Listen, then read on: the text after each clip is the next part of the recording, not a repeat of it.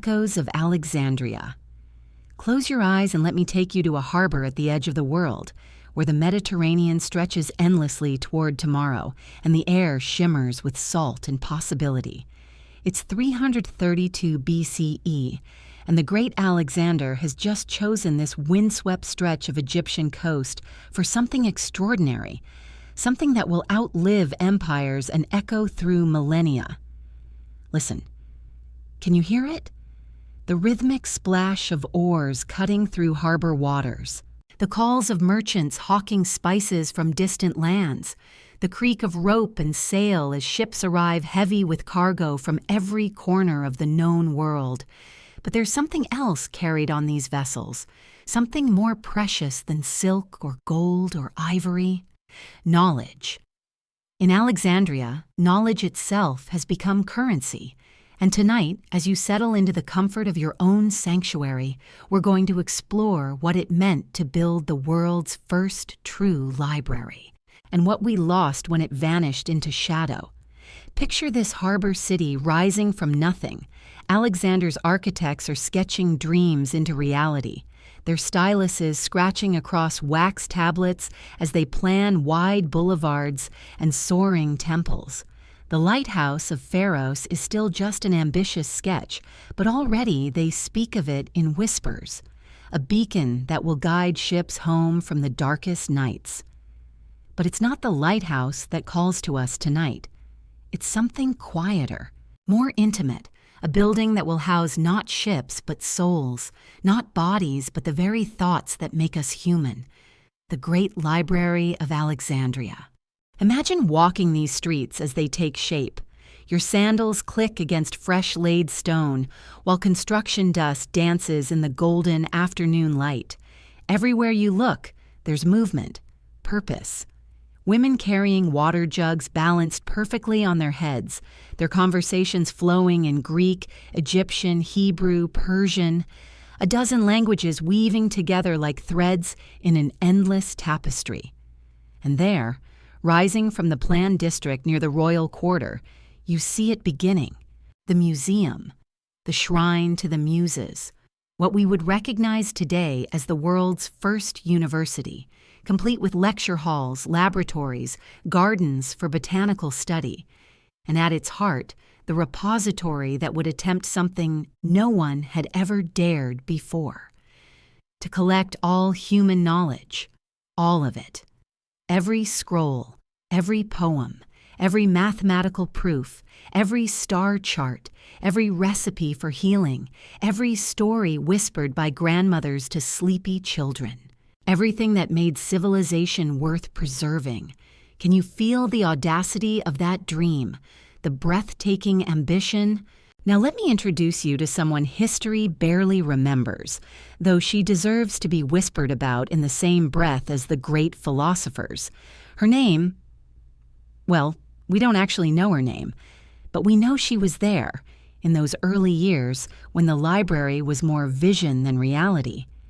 She was a scribe, one of the countless women who worked in the shadows of great institutions, their skilled hands preserving the very words that would outlive empires. While men debated in marble halls about the nature of truth, she sat hunched over papyrus, her reed pen dancing across surfaces that would carry thoughts into eternity.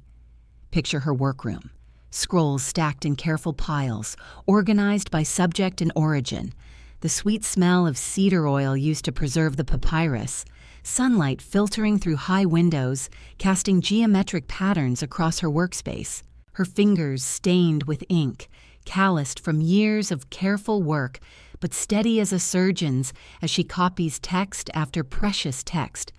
She's working late tonight, as she often does. The other scribes have gone home to their families, but she remains, captivated by a particular manuscript that arrived on this morning's ship from Athens.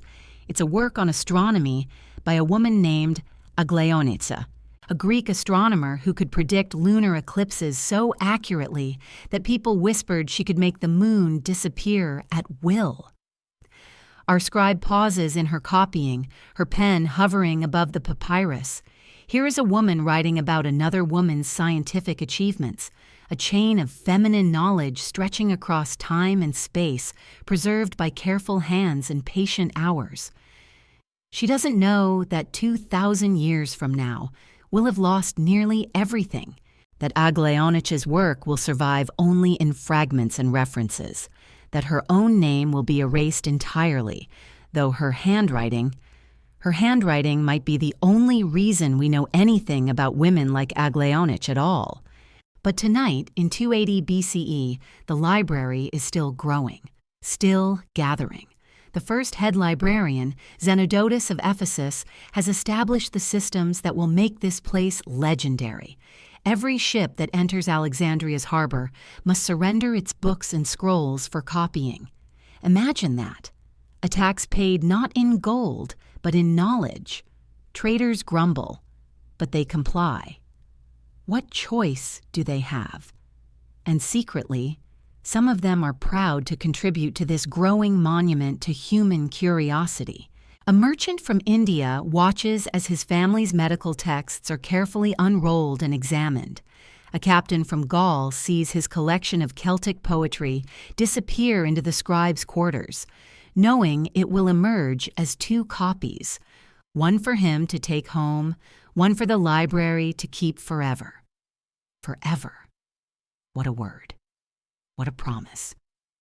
Walk with me through these halls as they might have been in their glory. Imagine corridors lined with wooden shelves, each shelf holding scrolls arranged by subject. Mathematics here, poetry there, natural philosophy in the eastern wing, medical texts near the garden where healing herbs grow in careful rows. The air hums with quiet concentration. Scholars from across the known world have come to study here, drawn by the promise of access to everything humanity has discovered. They whisper in corners, debate over meals, copy furiously by lamplight. Knowledge is being cross-pollinated, like flowers in spring. And in the women's quarters, oh yes, there were women's quarters, though history likes to forget. Female scholars pursue their own investigations.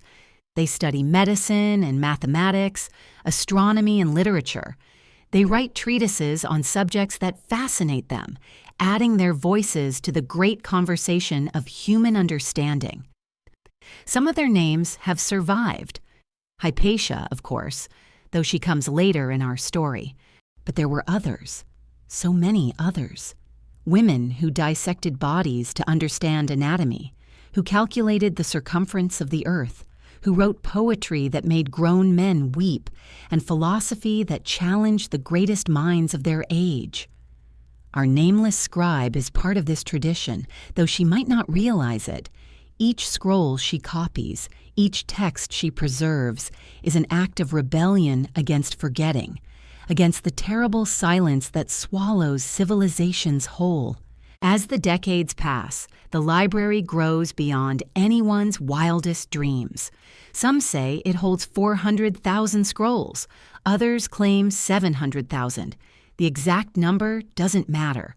What matters is the ambition it represents, the faith in tomorrow that drove people to preserve today. Picture the reading rooms at sunset.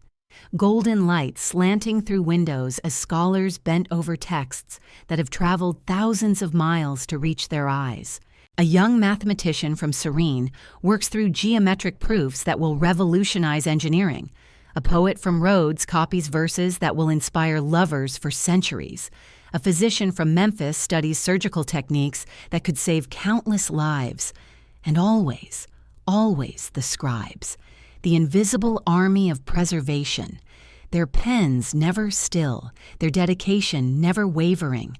They are the guardians of memory, the keepers of the flame that separates civilization from darkness. Our scribe has grown older now, her hair silver, her back curved from years of bending over manuscripts, but her hands are still steady, her eyes still sharp. She's training younger women in the art of preservation, passing down not just techniques, but reverence, respect for the sacred act of keeping knowledge alive. She doesn't know what's coming. None of them do. The slow decline that will scatter these treasures to the winds. the fires and floods and simple neglect that will erase centuries of careful work, the forgetting that will swallow whole civilizations, leaving us with fragments and mysteries and the haunting sense of all we've lost. But tonight, in this moment suspended between past and future, the library lives. It breathes. It dreams of tomorrow while carefully preserving yesterday. And as you drift toward sleep, you can almost hear it. The whisper of papyrus, the scratch of reed pens, the soft conversations of people who believed that knowledge was humanity's greatest treasure, who worked by lamplight to ensure that future generations would inherit the wisdom of ages. They were building something eternal, something that would outlast empires and echo through time. And in a way, they succeeded. Because here we are, 2 millennia later, still telling their story, still honoring their dream. The echoes of Alexandria reach us even now. Whispers of wisdom in Athens. The echoes of Alexandria reach us even now, but they were not alone in their pursuit of wisdom. As the great library flourished, drawing scholars from across the Mediterranean, another kind of learning was taking root in Athens, a gentler philosophy, one that spoke not of grand conquests of knowledge, but of quiet conquests of the soul. Picture Athens in those golden centuries, the marble gleaming white under the Mediterranean sun, the olive groves rustling in the warm breeze, and tucked away from the bustling agora, from the heated debates of the Academy and the Lyceum, there was a garden, a sanctuary of a different kind. This was the Garden of Epicurus, and it was revolutionary in ways that still whisper to us today. Epicurus. His name has been misunderstood for so long, hasn't it? When we hear Epicurean now, we think of excess, of indulgence, of taking more than we need. But that's not what he taught at all. In fact, it's almost the opposite. Imagine walking through those garden gates for the first time. The year is perhaps 295 BCE. You've heard rumors about this place, this community where men and women learn together, where slaves sit alongside citizens, where the pursuit of happiness isn't seen as selfish, but as sacred. The path winds between fig trees and grapevines. You can hear the gentle murmur of conversation, not the sharp rhetoric of political debate, but something softer, more intimate, the sound of friends sharing wisdom. And there, beneath a spreading plane tree, you see him, Epicurus himself. Not the caricature of excess that history would later paint, but a man of gentle demeanor and careful thought. His students gather around him, and yes, there are women among them. Leontium, the courtesan turned philosopher. Themista, whose letters on friendship would influence generations. Erosion, whose insights on pleasure and pain challenged the greatest minds of the age. This was scandalous, you understand. In a world where women were expected to remain silent, here they were, speaking, teaching, being heard. Pleasure, Epicurus is saying, his voice carrying on the afternoon breeze, is not what you might think. True pleasure comes not from having more, but from wanting less. Let that settle for a moment. In our world of endless scrolling, endless comparing, endless accumulating, what would it mean to want less? He taught that there were different kinds of pleasure. The kinetic pleasures, the rush of sensation, the thrill of acquisition, the high of achievement. These come and go like waves. They crash over us, exhilarating for a moment, then recede, leaving us hungry for the next one.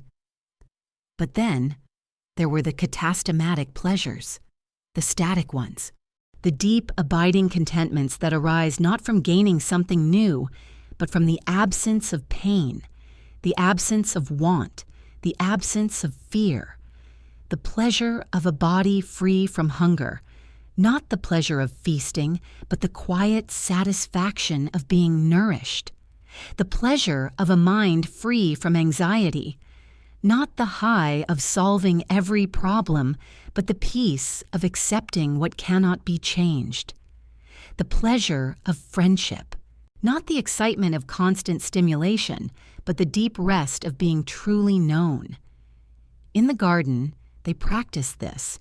They shared simple meals, bread and olives, perhaps some wine mixed with water. They talked long into the evening about what it meant to live well. They wrote letters to friends in distant cities, maintaining connections across the miles. And the women, oh, the women of the garden were remarkable. They weren't there as ornaments or servants, but as full participants in the philosophical life. Leontium wrote treatises that challenged Aristotle himself. Can you imagine the courage that took? In a world where women's voices were so often silenced, she dared to argue with the greatest philosopher of the age. Themista explored the nature of friendship with a depth that would make modern psychologists nod in recognition. She understood that true friendship wasn't about what you could get from someone, but about the joy of their existence, the simple pleasure of knowing that somewhere in the world, someone understood you completely. And Erosion. Erosion wrote about pain, not just physical pain, but the pain of the soul, the anxiety that keeps us awake at night, the fear that drives us to accumulate more than we need, the restless hunger that no achievement seems to satisfy.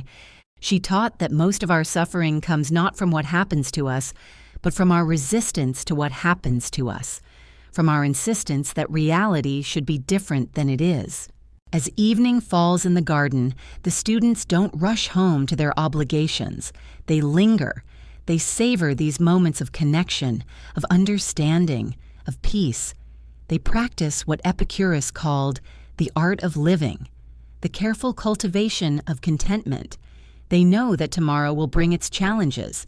The world outside the garden is still full of ambition and anxiety, of political upheaval and personal drama.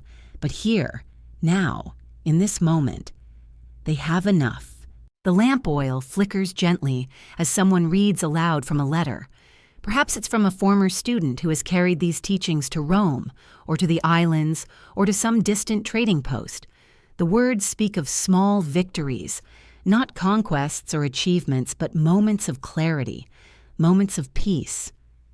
I walked by the sea today, the letter might say, and for the first time in months, I wasn't thinking about what I should be doing instead.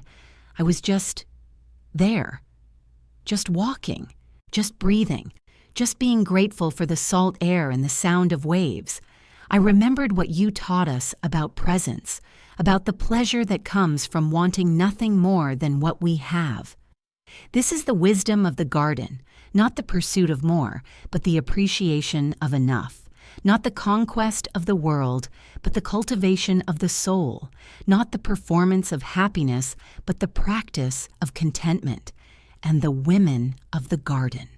They understood something that we're still learning. They knew that wisdom doesn't require a platform or a title or recognition. It requires only the courage to think clearly, to feel deeply, and to live authentically. They knew that in a world that demanded they be everything to everyone, they could choose, in quiet moments, to simply be themselves. As the night deepens and the stars appear over Athens, the garden grows quiet. Not the silence of emptiness, but the silence of fullness, the deep rest that comes when you know you are exactly where you belong, with exactly the people who see you, pursuing exactly the kind of wisdom your soul craves. Tomorrow, some of these students will return to their roles in the wider world. They'll navigate the expectations and demands, the comparisons and competitions, but they'll carry with them something precious, the memory of what it feels like to be enough, just as they are.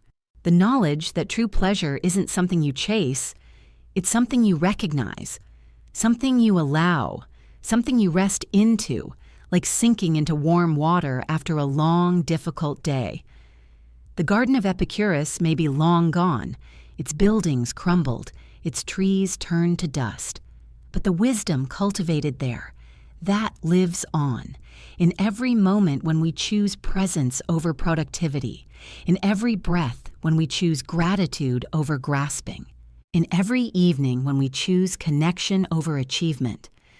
The women of the garden knew something we're still remembering, that the most radical act might not be doing more, but being more, not having more, but savoring more, not achieving more, but resting more deeply into the quiet pleasure of being alive, being aware, being exactly who we are.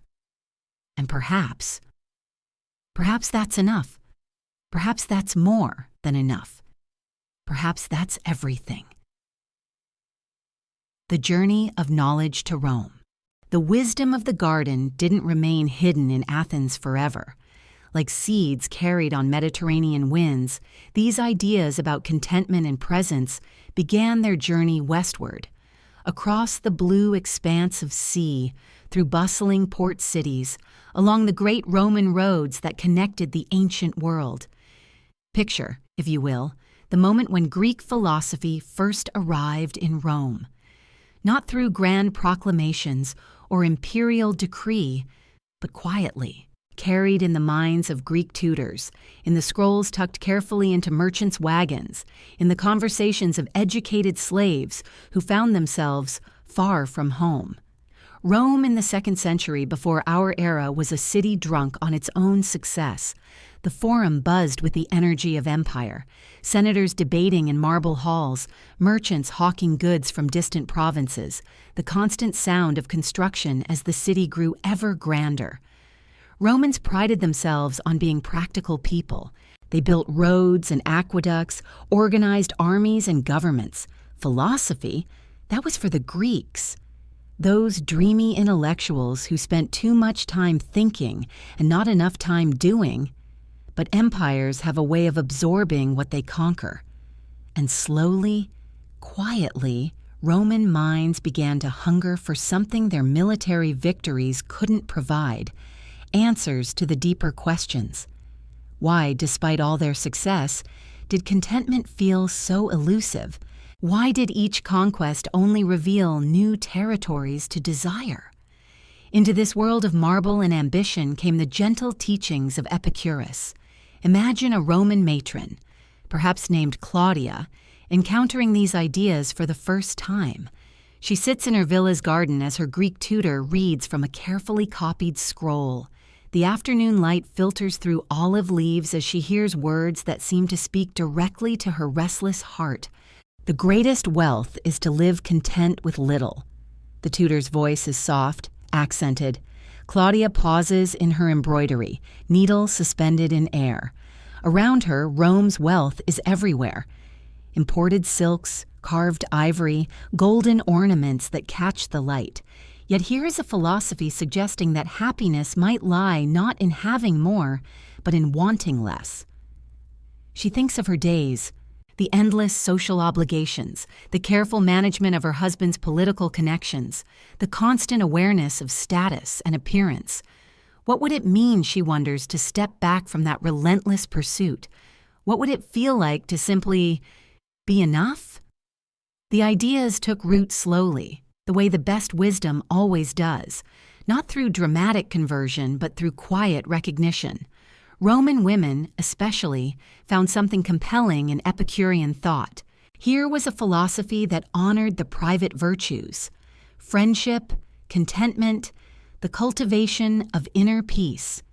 These were things they understood, things they'd been practicing in the margins of public life. But for these ideas to spread, they needed to be preserved, copied, shared. And this brings us to one of the most beautiful and painstaking arts of the ancient world, the making of books. In a quiet scriptorium somewhere in Rome, we might find another unnamed woman. Let's call her Livia. She's a skilled scribe, one of the many whose careful hands preserve the wisdom of ages. Watch her as she prepares for her day's work. First, the preparation of materials. Papyrus sheets, precious and imported from Egypt, must be carefully selected and smoothed. The reed pen must be cut just so, too sharp and it will tear the delicate surface, too dull and the letters will blur. The ink, a mixture of carbon black and gum, ground and mixed to the perfect consistency, must be prepared fresh. Livia settles at her writing table as the morning light grows strong enough to work by. Before her lies a scroll of Epicurus's letters, well worn from previous copying. Her task today is to create a new version, perhaps for a wealthy patron who's heard whispers of this Greek philosopher and wants to read his words for herself. The work requires absolute attention. Each letter must be formed with care, each word checked against the original. There's a meditative quality to the process, the steady rhythm of pen against papyrus, the gradual emergence of meaning from blank surface. Hours pass unnoticed as Livia loses herself in the ancient dance of preservation. We must not pretend to study philosophy, but study it in reality, she copies carefully. For we do not need to appear healthy, but to be actually healthy. The words flow through her hand onto the papyrus, but they also flow through her mind. She finds herself pausing, not just to check her work, but to absorb the meaning. Here is wisdom about authenticity, about the difference between appearing wise and being wise, between seeming content and actually finding peace. As a woman in Rome, Livia knows something about the exhausting work of appearances, the constant performance of virtue, of propriety, of being what others expect rather than who she truly is. Day after day, scroll after scroll, she copies the teachings. And slowly, almost without realizing it, they begin to change her. The philosophy that speaks of friendship over status, of present pleasure over future anxiety, of being rather than seeming, it seeps into her heart like water into thirsty ground. She begins to notice small things differently, the way morning light falls across her workspace. She allows herself a moment to simply appreciate its beauty rather than rushing immediately to work, the satisfaction of a perfectly formed letter. She lets herself feel pleased with her craftsmanship rather than immediately moving to the next task, the friendship of other scribes in the workshop. She begins to value these connections for their own sake rather than as mere professional relationships. This is how wisdom spreads. Not through grand gestures or dramatic revelations, but through the quiet transformation of individual hearts. One scribe, copying one scroll, finding herself changed by the words flowing through her careful hands, and multiply this by hundreds, by thousands. Scribes and readers, teachers and students, all encountering these ideas about contentment and presence, all finding in their own quiet ways permission to step back from the endless race of wanting more, achieving more, being more than they are. The Roman world, for all its power and grandeur, was discovering something the Greeks had known, that the most revolutionary act might be the simple decision to be satisfied, to find wealth in contentment rather than coins, to measure success not by what you possess, but by how deeply you can appreciate what you have. In her villa garden, Claudia sets down her embroidery and simply watches the play of light through leaves. In her scriptorium, Livia allows herself to smile at a particularly elegant line of text. Across the empire, other women, other people are making similar small choices, choosing presence over performance, choosing gratitude over grasping, choosing the radical contentment of being exactly who they are. The scrolls multiply, carrying their quiet revolution from hand to hand, heart to heart, and in each careful copying, in each thoughtful reading, the ancient wisdom finds new life. The journey of knowledge continues, from Alexandria's great library to Athens's peaceful garden, to Rome's bustling streets, and eventually, across centuries and continents, to this quiet moment when you're hearing these words. The same invitation that reached Claudia in her garden reaches you in your bed tonight. The same possibility that touched Livia at her writing table touches you as you prepare for sleep. The wisdom is the same. The peace is available. The choice to rest in contentment rather than restlessness is always, always yours. And perhaps, just perhaps, that's the most beautiful journey of all. Not the movement of ideas across space and time, but their arrival in the sanctuary of your own willing heart. Cicero's voice, philosophy for the people.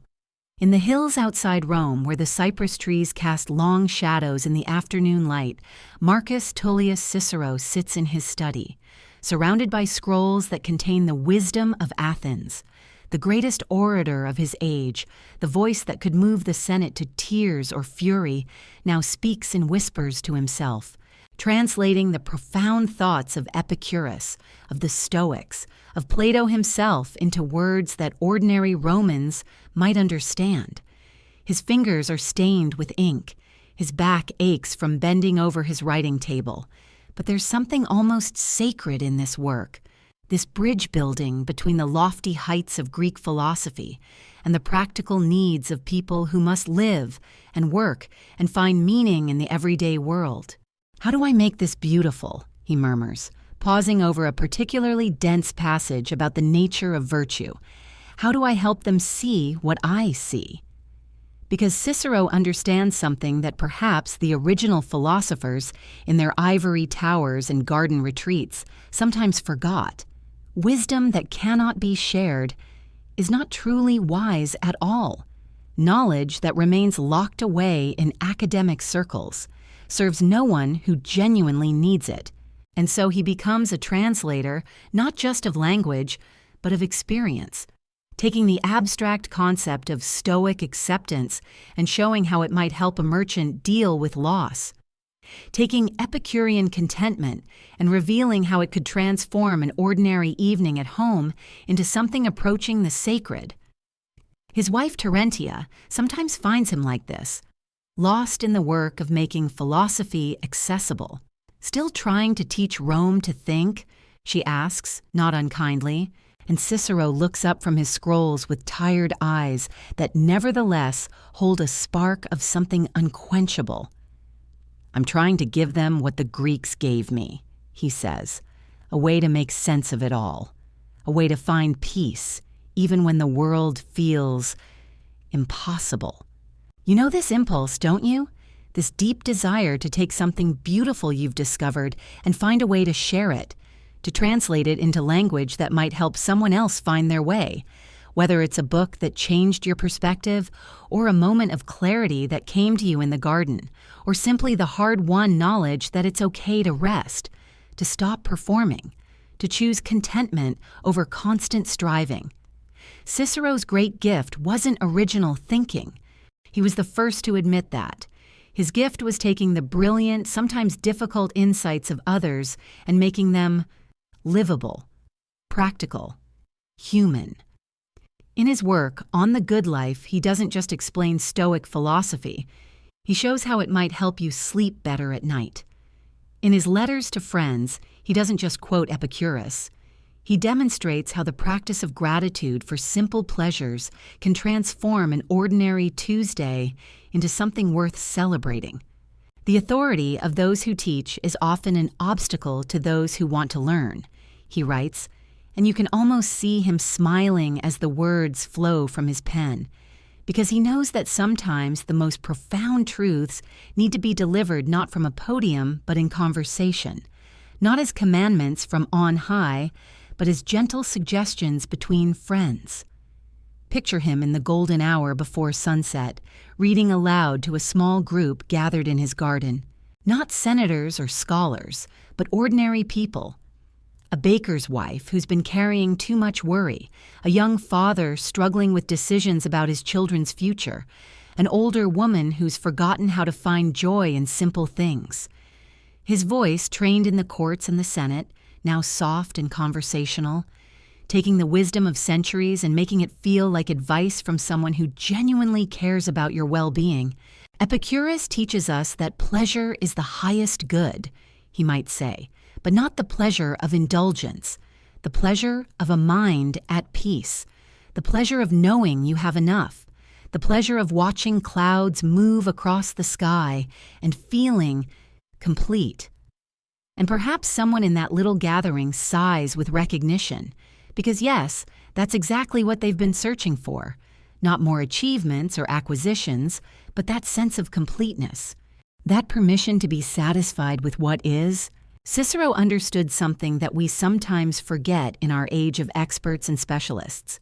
The most valuable knowledge isn't the most complex, it's the most usable. The wisdom that actually changes how you move through your days, how you treat yourself in the quiet moments, how you choose to spend the precious energy of your attention. In his later years, when political turmoil forced him from public life, this translation work became his refuge. While Rome churned with conflict and uncertainty, he created a library of accessible wisdom, letters and essays and dialogues that took the best insights of Greek philosophy and made them available to anyone who needed them. "To study philosophy," he wrote, "is nothing but to prepare oneself to die." But he didn't mean this morbidly. He meant that philosophy teaches us how to live so fully, so presently, so contentedly that we can face any transition, including the final one, with peace. Tonight, as you settle into sleep, you're participating in this same ancient practice, taking the wisdom that resonates, letting it settle into your bones, allowing it to transform not just how you think, but how you rest. The Greek philosophers planted seeds of insight. The Roman women who copied their scrolls tended those seeds with careful attention. And Cicero showed how those seeds could bloom in any garden, any life, any heart, willing to receive them. His voice echoes across the centuries, not because he was the most original thinker, but because he was the most generous one. He took the treasures of philosophy and made them gifts, accessible to anyone tired of performing, anyone weary of comparison, anyone ready to discover that contentment isn't something you achieve, it's something you allow. As the Roman evening settles around Cicero's study, as the last light fades from his scrolls and his tired eyes finally rest, the wisdom he's been translating continues its journey into other hands, other hearts, other quiet moments when someone desperately needs to remember that peace is possible. The same wisdom that comforted him in exile comforts you now. The same insights that helped him navigate the complexities of Roman politics can help you navigate the complexities of simply being human in a world that often asks too much. And perhaps that's Cicero's greatest gift, not just the translation of philosophy, but the demonstration that wisdom is meant to be lived, shared, passed on like a gentle flame from one weary heart to another.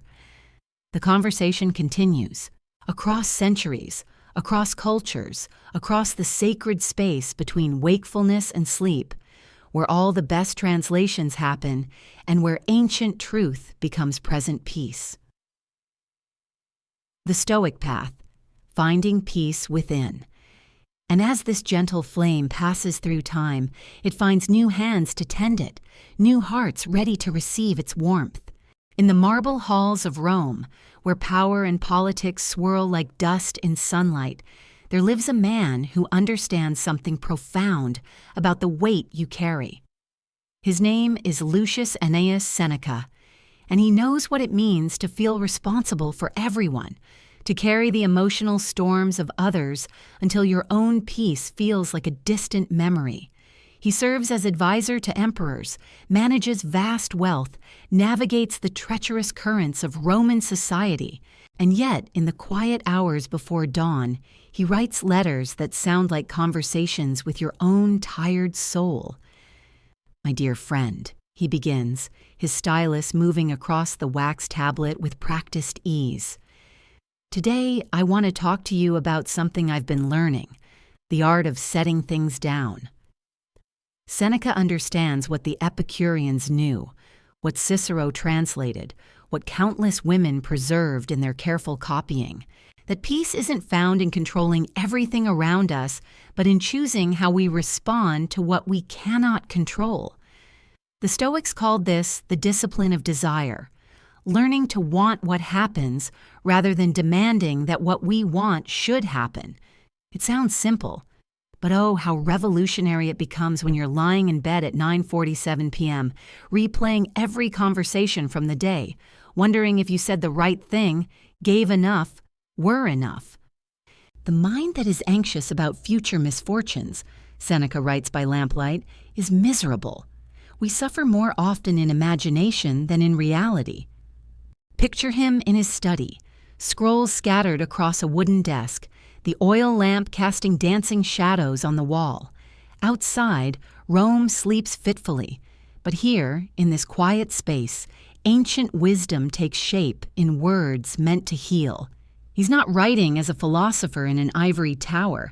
He's writing as someone who has felt the crushing weight of others' expectations, who has lain awake wondering how to be everything to everyone.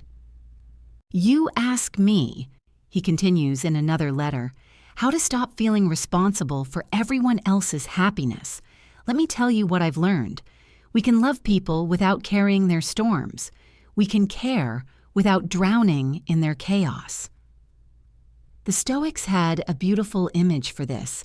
They spoke of the mind as a citadel, an inner fortress that remains peaceful even when the world outside rages.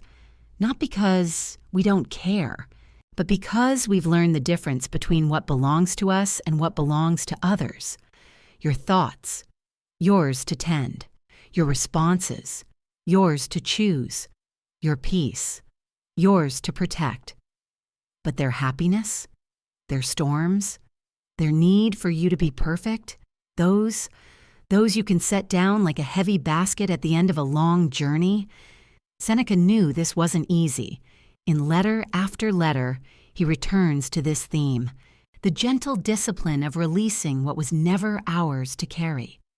Every new beginning, he writes, comes from some other beginning's end. Imagine walking with him through the Roman Forum at dusk, the merchants packing up their stalls, the senators hurrying home to their dinners, the endless noise of a city that never quite sleeps. But here, in conversation with this wise friend, you find a pocket of stillness. See how the day ends, he might say, gesturing toward the sunset painting the marble columns gold. It doesn't apologize for ending. It doesn't try to stretch itself into tomorrow. It simply completes itself and trusts that tomorrow will take care of tomorrow. This is the Stoic path, not the harsh, emotionless discipline that the word has come to mean, but something far more tender. The courage to feel everything and the wisdom to hold it all lightly. You have power over your mind, Seneca reminds us, echoing the Emperor Marcus Aurelius, who would come after him. Not outside events. Realize this, and you will find strength. But what kind of strength? Not the brittle kind that comes from trying to control everything, but the deep, flexible strength of a tree that bends with the wind and doesn't break. The strength that comes from knowing what you can tend and what you must trust. In his letters, Seneca returns again and again to the image of the gardener. We can water our own plants, pull our own weeds, tend our own small plot with love and attention. But we cannot make the rain fall, cannot control the seasons, cannot force other gardens to bloom according to our timeline. The willing, destiny, guides them, he writes. The unwilling, destiny drags them. This isn't about becoming passive. It's about becoming wise, learning to pour your energy into the places where it can actually make a difference instead of scattering it like seeds on rocky ground. Tonight, as you lie here in this space between day and sleep, between effort and rest, what would it feel like to set down what was never yours to carry? What would it feel like to tend your own inner garden with the same fierce love you've been giving to everyone else's? Seneca would tell you that this isn't selfish, it's necessary. You must be your own before you can be another's, he reminds us, not because other people don't matter, but because you cannot give from an empty well. The Stoics practiced something they called the evening review, a gentle looking back over the day, not to judge or criticize, but to learn. What went well? What could be released? What wisdom wants to be born from today's experiences?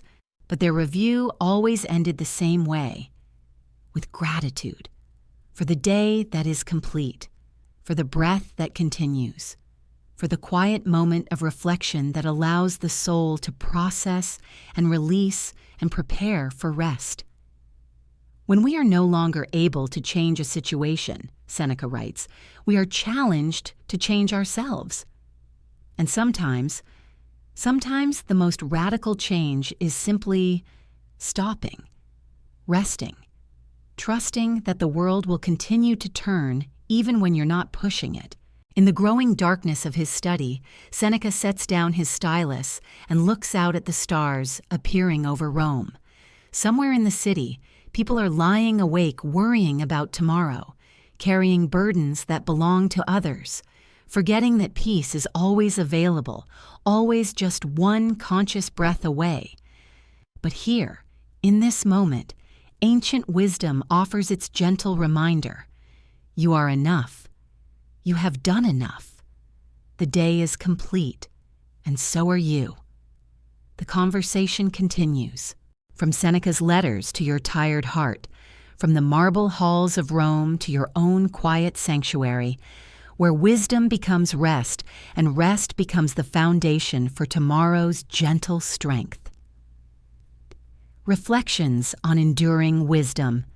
The conversation continues, from Seneca's letters to your tired heart, from the marble halls of Rome to your own quiet sanctuary, where wisdom becomes rest, and rest becomes the foundation for tomorrow's gentle strength. And as we settle deeper into this ancient embrace, we begin to see how these voices across millennia have been preparing us for this very moment. The unnamed scribe in Alexandria, carefully preserving each precious scroll. Leontium in the garden, teaching that contentment comes not from having more, but from wanting less. Claudia in her Roman villa, discovering peace in the rhythm of copying sacred texts. Cicero building bridges between wisdom and daily life. Seneca, writing by lamplight about the tender art of letting go. They have all been leading us here, to this understanding that wisdom is not something we must earn or achieve, but something we can simply receive. The Library of Alexandria burns in our imagination, but the wisdom it contained lives on in every moment we choose presence over performance, every time we set down what belongs to others and tend gently to what is truly ours.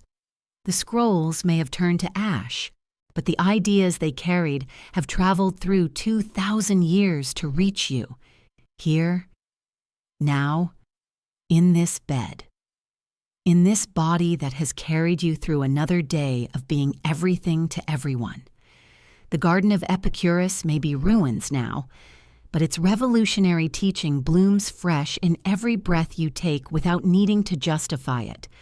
Every moment you allow yourself to want less and be more. Every time you remember that pleasure is not something to be grasped, but something to be received.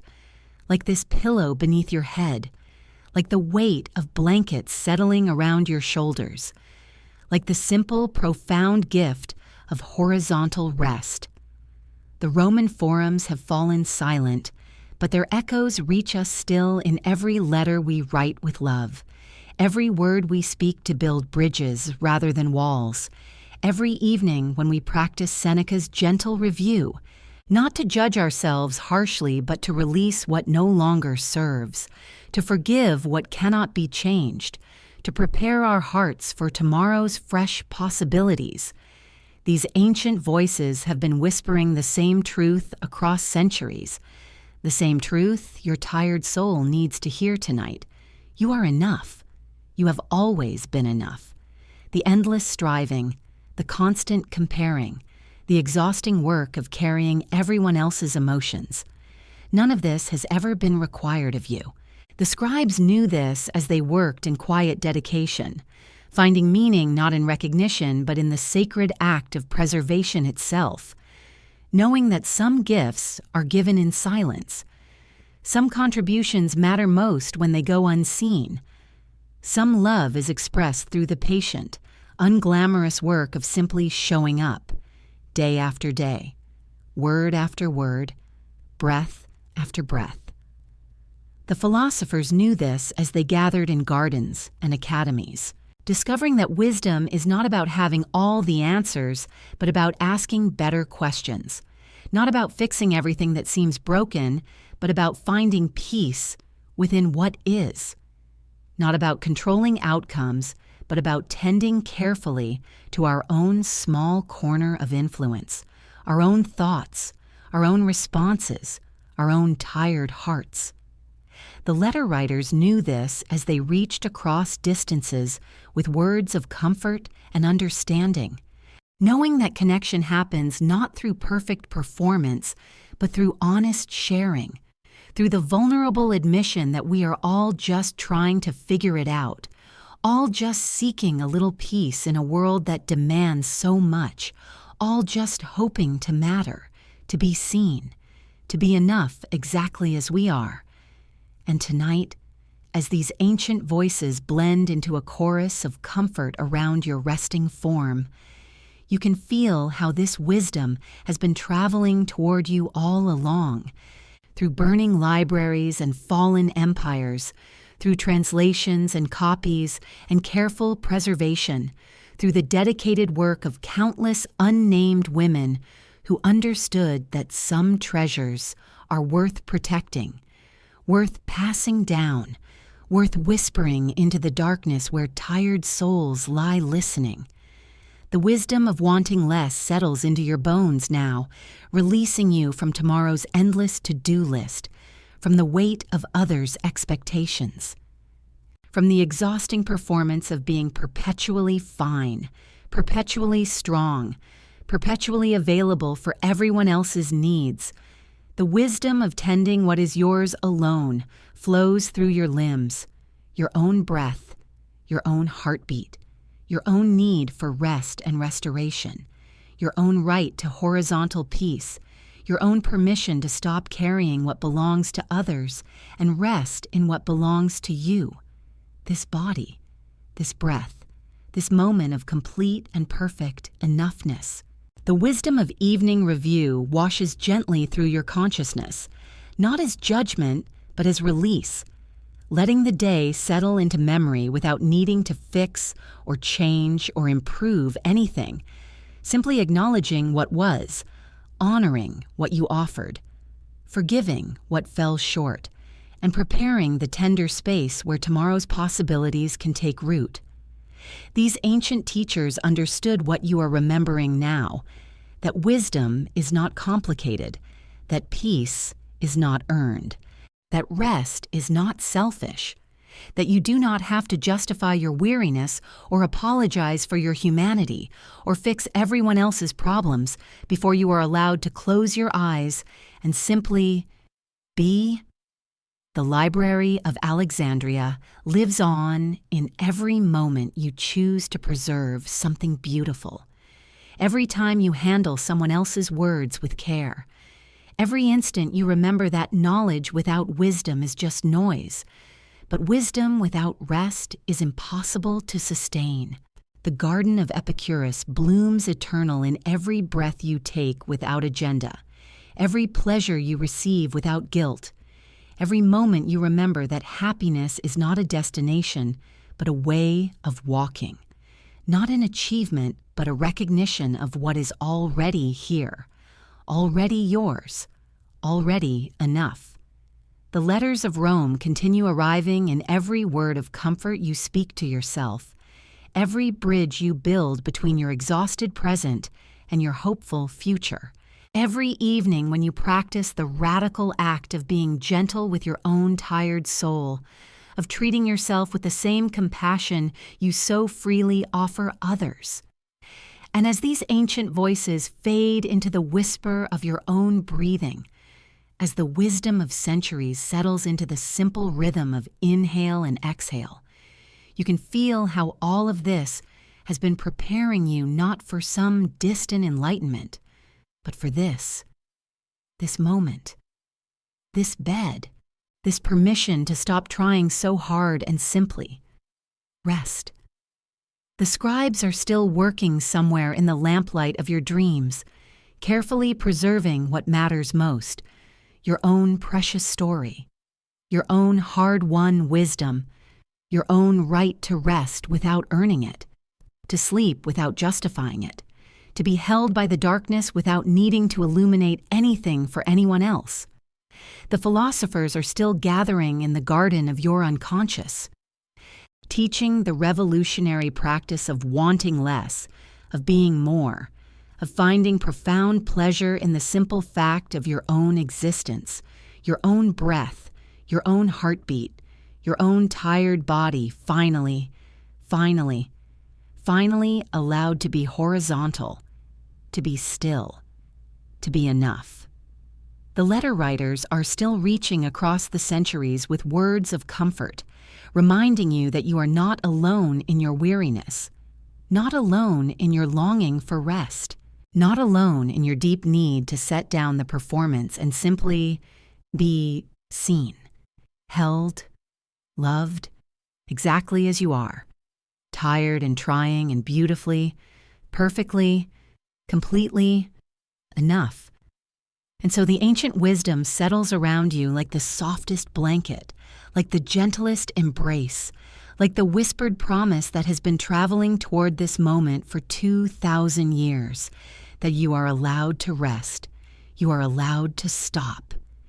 You are allowed to close your eyes and trust that the world will continue without your vigilant attention, that others can carry their own emotions, that tomorrow can wait, that right now, in this bed, in this body, in this breath, you are exactly where you need to be, exactly who you need to be, exactly enough. As the voices of Alexandria and Athens and Rome blend into the eternal lullaby that has been singing tired souls to sleep since the beginning of time, singing you to sleep now, with the ancient promise that rest is not earned but given, that peace is not achieved but received, that you, exactly as you are, tired and trying and beautifully human, are enough, have always been enough, will always be enough, as wisdom becomes rest, and rest becomes the foundation for tomorrow's gentle strength.